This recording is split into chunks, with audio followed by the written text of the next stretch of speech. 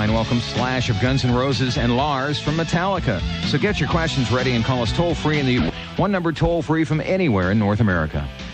Well, without a doubt, North America is in a deep recession, but it hasn't affected sales for what promises to be the biggest concert tour of the summer, Guns N' Roses and Metallica. Hey, we got to have our fun somehow, even in hard times, you know? Tonight, we're honored to have a member of each band on together for the full 90 minutes on Rockline. Let's welcome live from New York City, one of rock and roll's premier guitarists from Guns N' Roses, Slash. Slash, how you doing, man?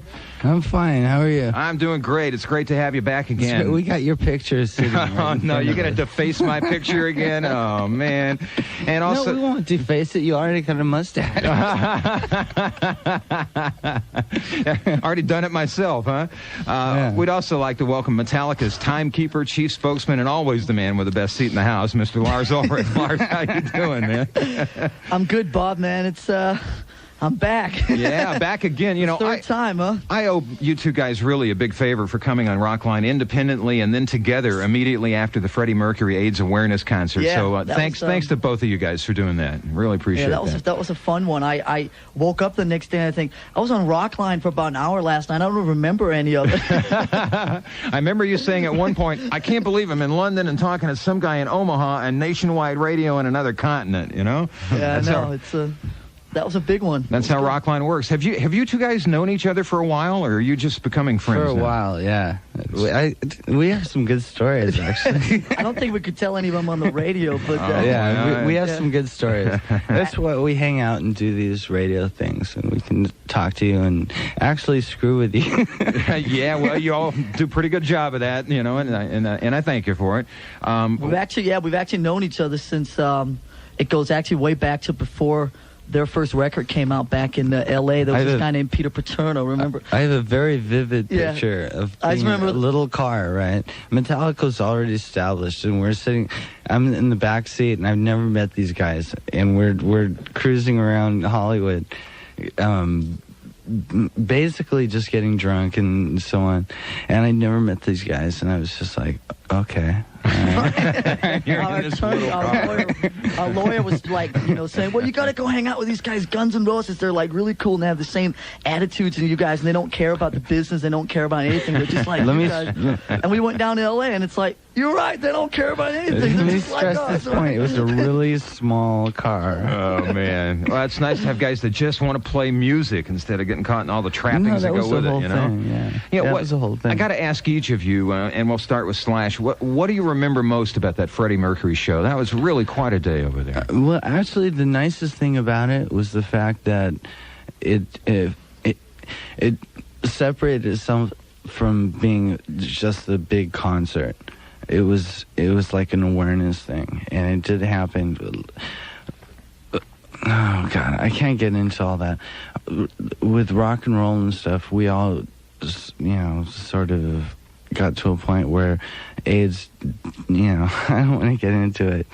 It did get to a point where you had to realize that it was around, and finally everybody just getting to the concert and selling that many tickets and having everybody really aware of the situation that was going on. It was a good feeling. It was a uniting kind of thing. Yeah. So, everybody with the red ribbons on and there for a common cause to say goodbye to Freddie and to raise the awareness about AIDS. You wouldn't expect that, though. Everybody was trying to avoid the subject for a long time. It's true. Rock and roll did avoid it for a while. Then Magic Johnson made his announcement. We lost Freddie, and now it's in the forefront. Lars, what do you remember about that day? I mean, I agree with that. It's like rock and roll is kind of like the last frontier of that, where AIDS, the whole thing had never really... rock and roll is just all about, not caring and about not really wanting to realize that this stuff really goes on. And I think before Freddie Mercury died, that there's never really been anybody in rock and roll that could really bring the point home, and I see the same thing now going on around me that I did, 10 years ago down in LA and stuff like that when we started out. And it's like, I don't think anybody in rock and roll really took the whole AIDS thing seriously.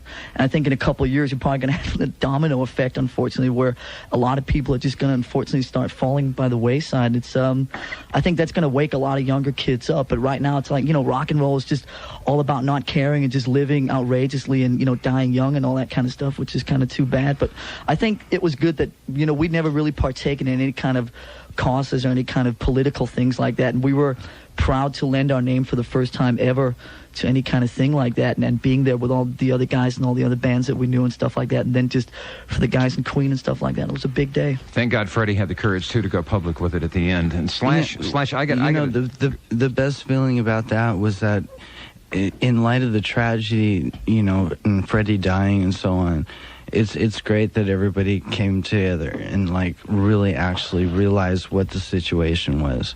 Because there's 60 to 70,000 people at that gig.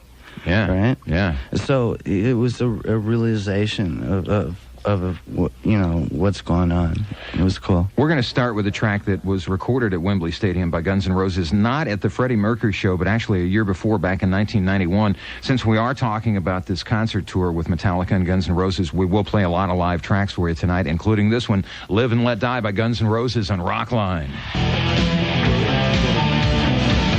Welcome back to Rockline. We're with Lars and Slash tonight. I'm Bob Coburn. I got a call from Charleston, South Carolina. It's Cindy, a listener of Rock 105. And Cindy, you're on the show with us. Hi, how you doing? I have a... Hey.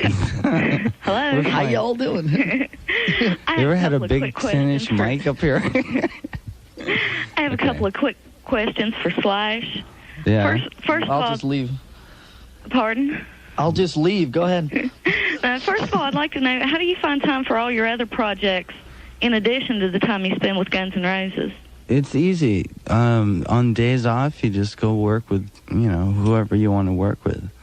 It's a lot of fun, so you look forward to it. Anything else tonight, Cindy? Yeah, I was wondering, too, are Axl's recent legal problems going to cause any problems with the tour? Or? That's the big question of the night. Will the tour start Friday as scheduled? That's what it'll start as scheduled, and Axl was really cool with the whole thing. He just went look, you can't expedite me because, they can't, obviously. And the situation is he's in the public eye to this point where he had a little sense of humor about it, and I was just like, all right, cool, he's going to be fine. So everything's great. The first show is this coming Friday night, July 17th at RFK in Washington, then Giant Stadium in East Rutherford on Saturday night, then Detroit at the Silverdome on the 21st, into Indianapolis, the Hoosier Dome on the 22nd, and Buffalo, New York at Rich Stadium on the 25th. We'll give you more later. I got them down, and I'm going to pass them on before this 90 minutes is done, man. I'm telling you. That call was from West Virginia, by the way. Cindy, thank you very much for that. Yeah, and we Cindy, I can't give you a better answer than that, just because he'll be fine, and the tour is fine, and as far as anything else, the details and so on, I don't want to get into. Well, I just thought personally that $100,000 bail for a misdemeanor was a little stiff. No, it's pathetic. The guy, obviously the guy's a complete a-hole. It's like, what are you doing? It's like, it's making St. Louis in particular look silly. And there's a lot of kids out there that might not have been involved in the riot and so on and so forth, but it's starting to look pretty silly, and it's starting to sound like one of those publicity kind of things. It's getting out of hand, and I think everybody who's, as far as the band goes, that they know what's going on, so they're just like, screw it. Well, they know where the band's coming from. Okay, so the tour will happen. The tour will continue, so rest assured. Cindy, thank you for calling. Tony's on the line in Appalachian, and he is listening to WKGB FM in Binghamton, Pennsylvania. And Tony, you're on the line. Hey, I've got a question for Lars. What's up, Tony? Not much. I've been on pretty much a little mini tour with you guys since Buffalo back in December. Oh, no, that's you? Weedsport. Most for the same. Have you guys ever thought about changing the gigs night after night like the Dead and the Roses do to help make it more of a thrill and a change for your most dedicated fans? Hey. Well, there's a fine line between that you can do, obviously, 10 different set lists and all that kind of stuff, but what happens after a while is that you figure out what kind of set lists and vibe just works better for you. And obviously we've got, we've been on the road for about 10 months now in the States, and we've got like a handful of people who just follow us basically everywhere we go. We see maybe 50 people who've probably been to more than 50 shows on this tour yet. And obviously we throw things around when we do doubles and triples and stuff like that. In cities, we do different set lists. But we have a set list that's usually brings out the, make us play the best and that we feel the most confident with and stuff like that, which is probably the one that we're going to jump on most of these shows coming up here the next 8 weeks. But, we always throw in a few different songs here and there. And, we make, mistakes.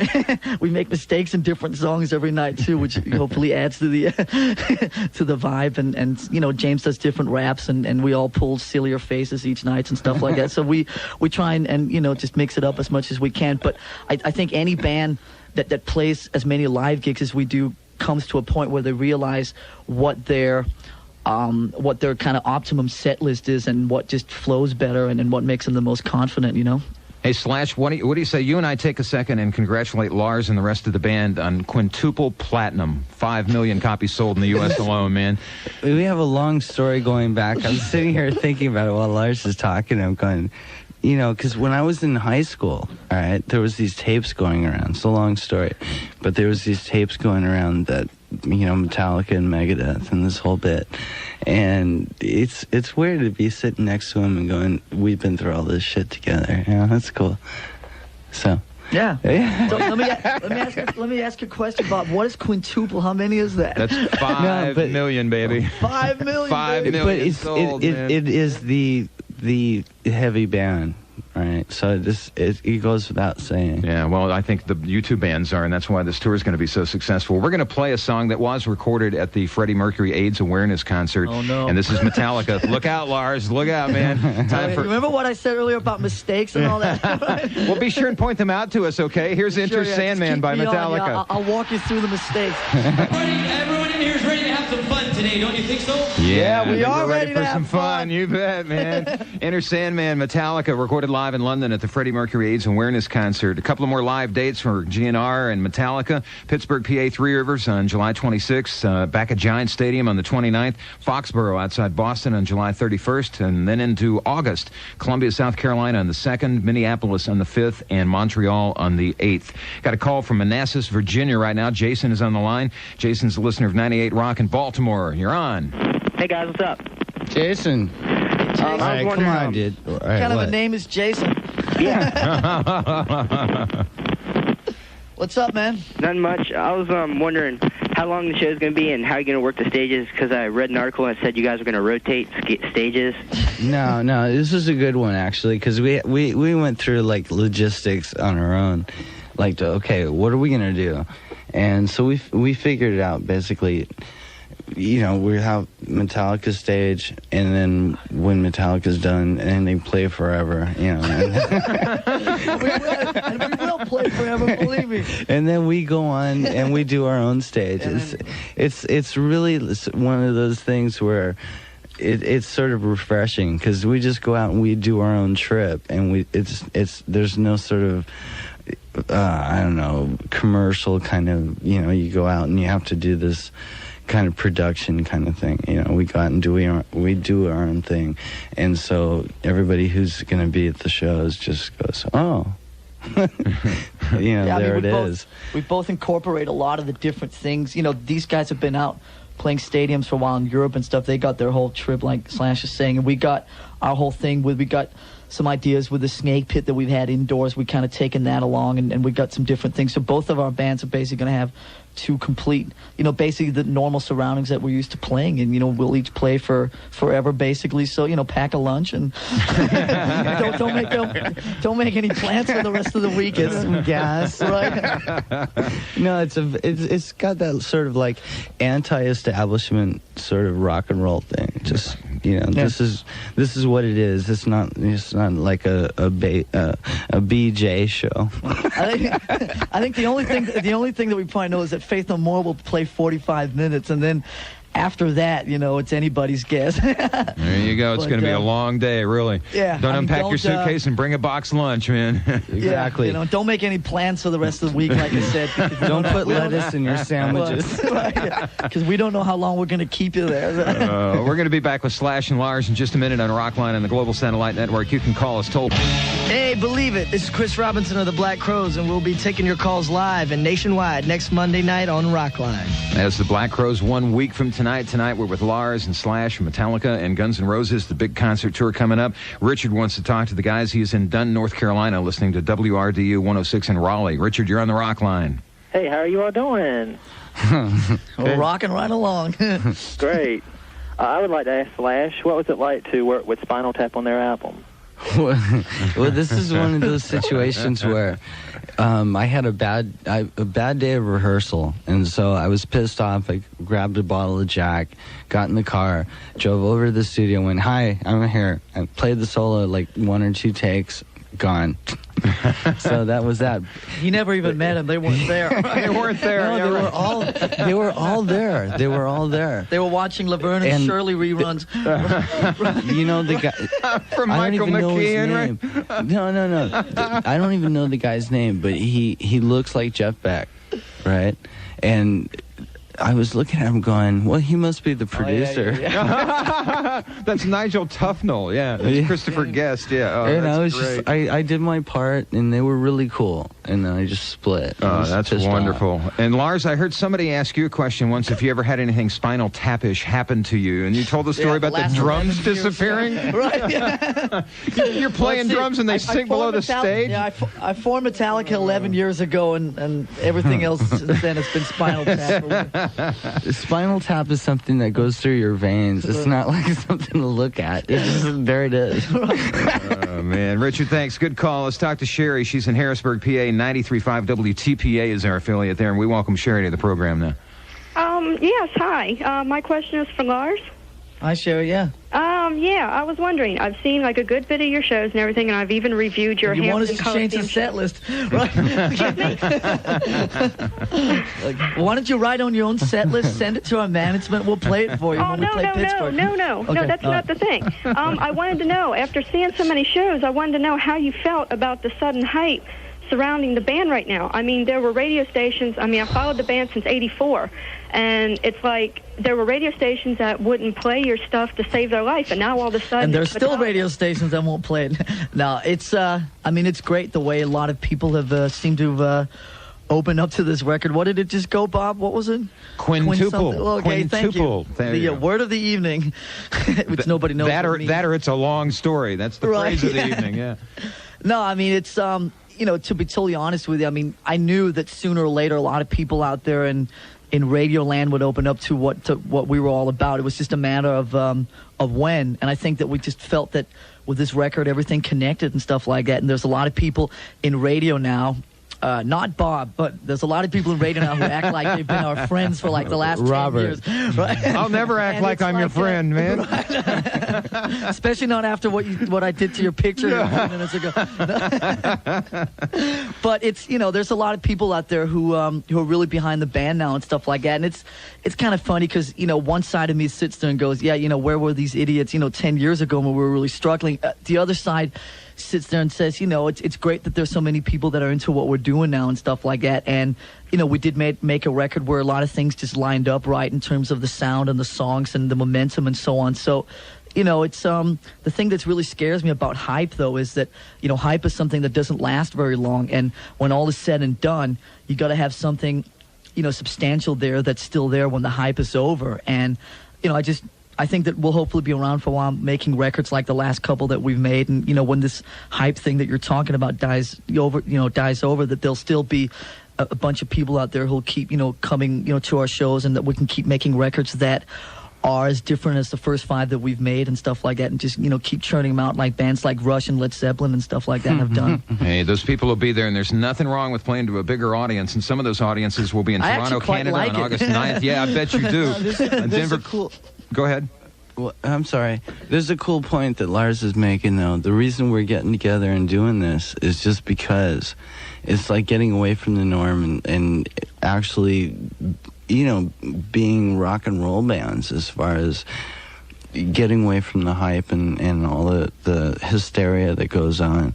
It gets to a point. You're listening to Rockline on the Global Satellite Network. So we're doing our own thing, and I think, the fans relate. You're listening to Rockline on the Global Satellite Network. And that's where we're at. Yeah, well, that's where we're at, all right. We're at the time where we should be playing Locomotive on the radio, I do believe. So roll it right now. It'll cover up all those other words. Said all night, Bob. Guitar solo. I think that's already gone by, Slash, actually. I think there was about 9 overindulgent guitar solos there in the last few minutes. There's a song that's 55 minutes long. It's called Locomotive. And that about is half the length of your average Metallica song. Oh, man. Are we getting too silly here? Or what? Not at all, man. We love it. We're like just this. starting to get comfortable. Yeah, I got to have some life in the show. That's from Use Your Illusion 2 by Guns N' Roses there. Let's see. We got Julie on the line. She's in San Jose listening to 97.3 KRQR in San Francisco. Julie, you're on with Slash and Lars. Hi, my question is for Slash. Mm-hmm. And I was wondering if any of the members of GNR are planning on releasing any solo projects? Well, Duff's got one happening. So he's going to go and he's got all these musicians on it and Jeff Beck's on it and all this stuff. Other than that, that's it.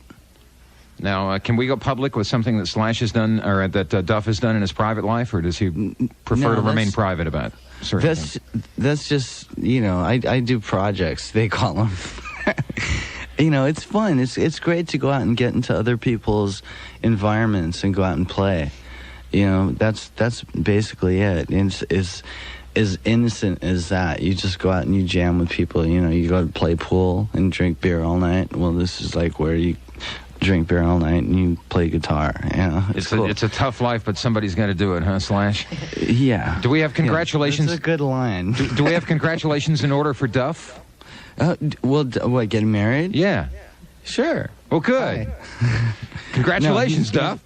He's getting married, and congratulations. And he's got a solo record coming out. Julie, thanks for calling. Brad's on the line. Brad is in Grantsburg, Wisconsin, listening to 93X KRXX in Minneapolis. And Brad, you're on the show. Hi, how you guys doing? Hey, we're better and better. The bottles are getting emptier and emptier. I got a question for Lars. Yeah, what's up, Brad? You said in past interviews that you were really scared of being isolated because of your success, and do you feel isolated now since you've made it so big lately? Well, this room is... Right, yeah. I'm a little claustrophobic in here.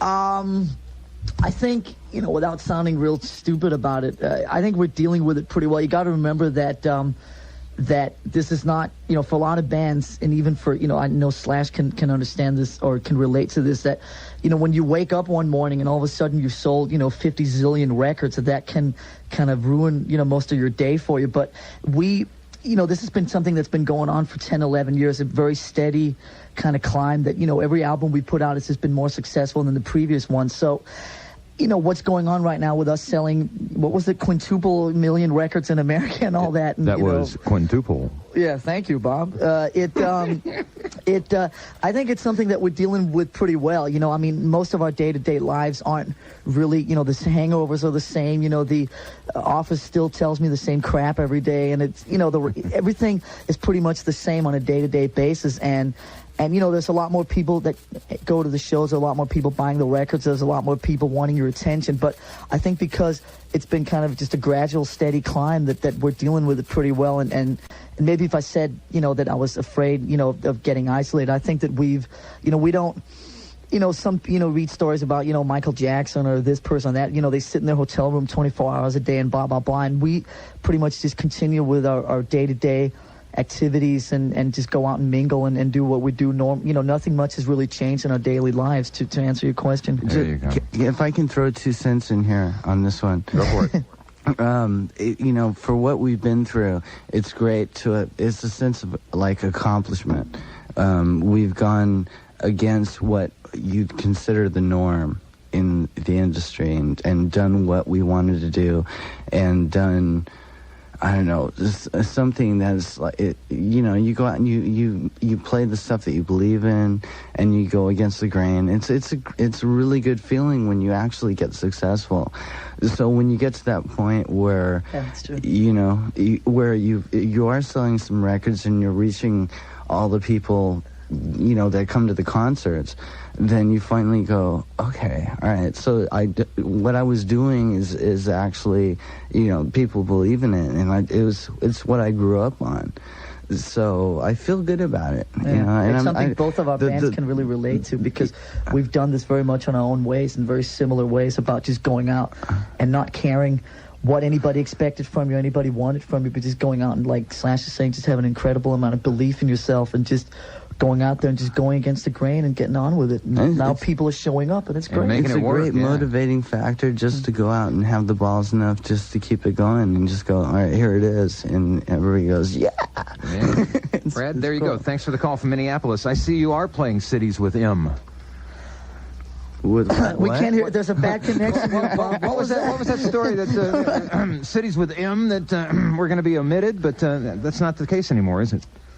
I had the cigarette lighter going there, and and the next question, the slosh of let's see, the slosh of. I think there was some kind of I think somebody somewhere got hold of some very long-winded story that was floating around there. No, he's being. There was a story going around in the press about cities that began with M that we were omitting, but obviously we're playing Minneapolis, we're playing Montreal, and you know, if you know, I think the misunderstanding was that if places like, I think the biggest problem with this tour, and this is actually the truth, is that most of the bigger cities that we aren't playing on this tour, we're not playing them because we didn't want to go there. We're not playing them because they didn't want to have us. Places like Philadelphia and Cleveland and Kansas City and Milwaukee, Chicago, Atlanta, places like that. You know, we tried, when we sat down in April and put all the final details on this tour, we wanted to go to the 30 biggest cities in the country and take the show everywhere we could so all the fans across the country could get a chance to see this once-in-a-lifetime thing. But, you know, places like I said, Philly and all these other cities, the stadiums there, they just weren't interested. Guns N' Roses and Metallica are going to come and, you know, mess up the stadium and blah, blah, blah. And, you know, just a lot of bad vibes from a lot of people. And it's just like, well, you know, we tried, believe me, we sat there and tormented our managers and our booking agents and everything. You know, find us a racetrack, find us a field, you know, find us, I mean, we'll play in a sewer. I used to play soccer there. Yeah, I mean, we'll be there. You know, there's like, you know, I mean, Philadelphia is like the 4th biggest market in the country, and it's like a joke that this tour isn't going there. So believe me that we tried. So this whole thing about, well, Milwaukee didn't, you know, we didn't want to go to Milwaukee because it begins with M. That's just a crock of beef. And I've been hearing that going around. Well, now we know the truth, and we're going to I mean, believe me, we sat down, we tried to take the city to this tour to every big city in the country that we could, and you know, like, I don't want to grovel here or apologize to, you know, but you know, to all the kids in the cities where we're not going to, believe me that we tried, and you guys are just going to have to travel, because it was not for lack of trying between the bands. Because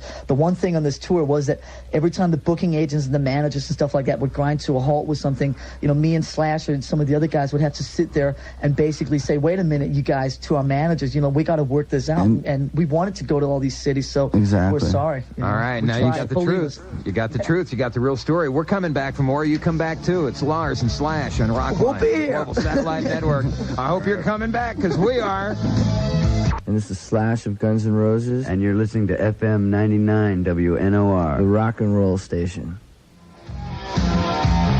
Slash from Guns N' Roses, Lars from Metallica. I want to wrap up the itinerary, the concert tour dates. Toronto on the 9th of August at Exhibition Stadium, Denver on the 12th of August, San Diego the 14th, Vancouver, BC on the 17th, and Seattle on the 18th. And the final dates, Oakland, August 21st, Pasadena the 22nd at the Rose Bowl, Phoenix, Arizona the 25th, Las Cruces, New Mexico outside El Paso on the 27th, and Nolans on the 29th at the Louisiana Superdome. Also want to remind you that all this month we're giving you a chance to win one of 15 autographed 92 Rockline AT AT&T calendars, signed by many of the artists who've been on the show during the month of July. If you're interested in getting one and have it hang on your wall, send a postcard to 92 Rockline Calendar, P.O. Box 4383, Hollywood, California 90078. Make sure you include your name, address, telephone number, age, and the radio station you listen to Rockline on. This month's winners will be announced on the August 3rd Rockline show. Previous entries and past calendar giveaways are still eligible. The 92 Rockline Calendar is brought to you by AT&T, proud sponsors of the 1992 U.S. Olympic team. Going to play another live song for you, recorded live at Wembley Stadium at the Freddie Mercury benefit. This is Nothing Else Matters by Metallica on Rockline. That was a great moment on stage at Wembley. Live version. I didn't know that you guys were playing the live version. We played the live version all the way through. Oh. Yeah, that's what it was. Nothing Else Matters, recorded live at the Freddie Mercury concert over at Wembley in London. We know you were there. Awesome. Was I there? No, but they were awesome. You guys weren't bad either. In fact, that was a hell of a show. That's one of I think my all-time favorite shows. It was really cool. You asked me about it earlier, and it was really great for all these bands to get together and do this. And Metallica goes on, and I was just like, oh yeah. Yeah. Oh yeah. There we go. Bring it home, man. To it. Bring it home. Let's take a phone call. Let's talk to Jeremy. He is in Salem, Indiana, but he's listening to 95.7 WQMF in Louisville, Kentucky. Jeremy. Hi. What's up, guys? What's up, man? Not much. I got a question for Slash. Will Izzy contribute to any more songs or join you on stage? I'm going to talk to him tomorrow about some of the so-called logistics having to do with the situation that we're dealing with, so we'll take it from there. Yeah, I mean, there's a lot going on. I mean, you know, being arrested at the airport, and then there's this Lloyd's of London thing, and I mean, there's a lot of stuff you guys got to deal with. I hope it does not interfere with the tour, so let's hope you guys just plow right on through. The tour's not a problem. It's just, you know, basically it comes down to, you know, life in general. It always does, doesn't it? Yeah. That's a good one. You get to a point where it's like, okay, you know, it's Monday. What do we got to do now? You know, and it goes on a cycle. It's like some of the complicated problems that you have. You just, you know, you have to go and face it and try and make the most logical, sensible decision, and you go from there. There you go. That's it. By the way, Lars and Slash are in New York. I'm in our Hollywood Rockline studio. I wish I was back in New York. I would like to go out into the New York night with Lars and Slash and 40,000 Democratic conventioneers, man. You'd like I got a story about them. You'd like to be here to defend yourself. They're all in the hotel I'm staying at. Let me just share with all our Rockline listeners out there what the thing is, that, you know, me and Slash are here in New York and Bob's out in L.A., like you said. But the thing is, on the desk of where we're sitting here in this radio station, there's a big picture of Bob, okay? And apparently that's some kind of tradition. And this picture of Bob is a nice smile, is being sort of assaulted and insulted. And that's tradition too, yeah. Right. Yeah. Well, each time we have a New York show, Lauren Karasik, our New York person, goes down to the post office and pulls one off the wall. You know. Right. Jeremy, down in Times Square, you know, for a cheap thrill, call 555. Call this Bob. number. Oh man. BOBB. Bob line, you're on the air. Real quick. Don't change the subject. We had a whole bunch of them at the hotel last night, and they you know, the guys with ties and stuff. And I just gotten through a flight that was like, you know, pretty long. And I get to the bar, and I'm like, okay, I need a drink, and I'll sit here for a while. And then these guys start coming up, and I'm watching all these people. You're listening to Rockline on the Global Satellite Network. They come in, and it was the Clinton guys, right? And so, yeah, they came up, and we partied with them and pulled their ties, and, you know, we had a good time. I have no idea what exactly they were getting at. And you told him you were all voting for Bush, right? Yeah. I don't know, but you did it rather colorfully, shall we say? Yeah. Watch your tongue there, young man. I'm sorry. No, that's all right. Okay. No, it was sort of, you know, the guys are actually really cool. It was down to earth, and I was like, really? This is like the people that are, you know, trying to represent Clinton? It's like, oh. I think we should leave it at that, okay? Yeah, I think that pretty well, yeah. I think that's a period paragraph right there. And we'll be back in a minute with Lars and Slash on Rockline on the Global Satellite Network. We are back. What an evening with Slash and Lars from Guns N' Roses and Metallica, respectively. We got Anthony on the line in Albuquerque, a listener of 94 Rock. You are on a show, Anthony. All right. I have a question for Lars. What's up, Anthony? What's up, eh? I was wondering if Cliff ever wrote anything you guys haven't released yet that might come out on a box set or something? That's a real good question. Cliff had like a lot of stuff lying around that that after the accident and he died, that Cliff's sister Connie gave to us. Some of that stuff showed up on the song "To Live Is to Die" on the Justice album. Some of those the words that James speak like halfway through it. Musically, I'm not aware of anything lying around. Like I said, there was a whole bunch of other poetry things and so on that he had written down that James, I think, has all that stuff. That's a real good question. Right now, there's no immediate plans to do anything with it. Like I said, the major thing of what we thought was the coolest stuff that was lying around showed up until Live Is to Die. So, but, who knows what will happen, if James digs through it and stuff like that and something else cool shows up, maybe we'll throw it out there on some kind of, like you say, box set or whatever. So that's a good question. Yeah, well informed. Good call, Anthony. Thanks. Let's move on now to Winnipeg, Manitoba. Melinda's waiting her turn, a listener of 92 City FM. You're on the Rockline, Melinda. Hi, guys. Hi. How are you? What's up, Melinda? Hi. Anyways, this is for Slash. I was wondering if in the near future, if he will be releasing an EP with cover tunes on it. Well, there is a record coming out when we feel like, it's a cool time to do it. Then we'll put it out. But right now we've been so involved with this tour and the tour, preceding it. So we just when we feel ready, then we'll put it out. And it's got all these punk songs on it. It sounds really good. I'll leave it at that. Another well-informed call. Melinda, thanks for being on with us. It's Sandy's turn in Los Angeles, and she is listening to 95.5 KLOS. Sandy, you're on the program now. Hi, I have a question for both Lars and Lars. I'm wondering to know is I'm getting stoked for the shows. Give me a break. Sandy, I'm glad you did that because I've done it about 5 times tonight in my head. We out here, believe me. I lost the question in there somewhere. There's 80,000 of us going to do it at the Rose Bowl. Actually, the question is kind of serious. Given the fact that censorship is rearing up its ugly head again, and lots of records are coming off shelves, do you feel like that jeopardizes your creative license, and how would each of you react if you were in the same situation as Ice-T and 1,000 record stores pulled your record? You want to go first, or you want me to go first? Go ahead, man. All right. Censorship is one of those situations where the more opposition that we get as rock and roll bands, and for the concept of just going out and speaking your mind, all right?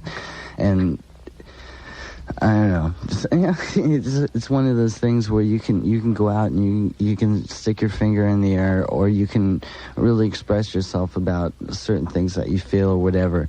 But as far as censorship goes, it's the more you're listening to Rockline on the Global Satellite Network. The more records we sell. Honestly, that's the way it is. The kids love it. They want that kind of like rebellion. And when I was growing up, as far as rock and roll was considered, the more against the opponent, which would be society, I guess, then I would go against it. And you buy the record. You want it. Your parents can sit there and go, don't listen to this and don't look at this, but whenever you're at home alone in your house or whatever, you drag that, Penthouse or that, magazine or that record that you're not supposed to listen to out, you drag it out from under your bed and you put it on or whatever. It's just, there's something really rebellious against just doing something that nobody, that's everybody's telling you not to do. Yeah, exactly. And it's like Penthouse or something, little kids, sitting there dragging these things out from underneath their pillow. It's just like, they told me, that should give us a couple of free subscriptions. They told me it was wrong. They told me it was wrong. And so, it's like, well, here it is, and I've got it. And no one's going to see it. But to answer your question, as far as Metallica is concerned, it'll never, ever affect what we do creatively. I mean, that's a given. When we sit down and write songs and do the whole creative process, we have some kind of ability to just lock ourselves away from what everybody expects from us, and also from, just any kind of people, telling you what to do or whatever. So, I mean, it's never going to affect what we do creatively, I'll tell you that. You do it your own way. You know, and that's what makes you feel good about it. Okay. Because you feel justified. As long as we're on a serious topic here, how did either of you guys feel when it was announced that Al Gore would be the vice presidential nominee with Bill Clinton, his wife being Tipper Gore, his wife being Tipper Gore, who's been the head of the PMRC and against censorship?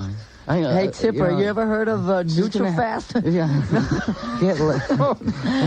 I'm sure she's going to have a ball at this point. All right. We're going to move on. Thanks, Sandy. We appreciate the call. We're going to talk to somebody in St. Augustine, Florida, listening to Rock 105 in Jacksonville. And this is Ewart. Is that correct? Yeah, that's perfect, man. Hey, good. What's up, Lars? Slash? What's up, man? How's it going? It's going good, man. St. Augustine, I've been there, man. That's where Edison had a summer house, right? Yeah, man. Is that right or not? Tell me. I'm not sure. I know the oldest house in America is here. Okay, all right. The oldest. Get on to the question. Yes, yeah. that's the oldest city in America, yeah. As much band member changes as go on these days, I mean, how does it affect a band? I mean, Guns N' Roses, you know, has added and lost so many members, and Metallica, you know, has stayed with the same ones. I mean, both of y'all jump in on that and tell me a little bit about that. It's hard. You know, you have to deal with the situations at hand. Axel, Duff, and I, and Matt's been in the band for a long time, so I have to include him on this subject. But, you know, you have your goal, and you want to go out and keep the, you know, whatever the Guns N' Roses thing is, what we have fun doing. So you keep that together, and you keep it alive, and you just, you thrive on it. And so when changes occur, you have to look at it from a perspective and just go, you know, all right, what are we doing here? You know, what's the objective? And finally you come to, you know, a conclusion where you go, all right, we want to keep this going, and if you can't keep up with it, then, you know, at least we thrive between the members that are left. And that's it. You know, you can't make it more complicated than that. Yeah. On the outside, it might look a little, you know, more complicated than it seems. What happens, I think, like what Slash is saying, what happens to a lot of bands is that when you form a band, you're like 18, 19, 20, you're all, you know, got day jobs or going to school or whatever, and all of a sudden, you know, you start making records, you start traveling together, going on tour, living together, doing everything together, almost like a kind of a gang mentality. Then what happens is that you start discovering things about each other that you weren't really aware of before when you didn't spend as much time together. And the only lineup change that we've ever really had, apart from obviously Cliff, which was not out of choice, was with Dave Mustaine. And, you know, there comes a point maybe where you just realize that something is not personality-wise just really working out, and somebody has some kind of problem that they need to go off and deal with. And when I look around at all the things that are going on with all the bands around us, I find it incredible that we've been able to stay together, you know, basically the same, you know, 3 or 4 guys for the last, you know, 6, 8, 10 years with Metallica. But I think you also, what happens is that you got to give, as you grow older, you got to start the whole thing with like respect and the whole thing that when you start going in different directions and everybody starts getting into different things, that's okay, as long as you can all meet around, you know, in our case, you know, what the whole thing of Metallica is, that it's okay that James goes off and does his thing, you know, when in the off time, and I go off in the other direction and so on. That, you know, it you know, in rock and roll, it just seems like everybody always talks about it's never okay to grow old, you know, and I think that it's okay growing old, and as long as you respect that, you know, different people go in different directions and stuff like that, and as long as you can always meet around what Metallica's all about, you know. The relationship between bands is really complicated in the sense that we all hang out and you guys look at us from one perspective, but you know, we're just, you know, there's a family kind of thing going. And after a while, and going through everything we've gone through and all the concerts and all the tours we've tried to set up as individual bands, right? You get to a point where you really have to hold on to each other. And when it gets rough, you have to deal with it. And that's it. And people look at us from... You're listening to Rockline on the Global Satellite Network. It really isn't. There you go. 2 sides being in a rock and roll band. We'll take a time out. We'll come back with more in just a moment here. It's quite an evening tonight. It's going to be quite a concert quite tour. An evening. And I would say, come on back. We ain't done yet, baby.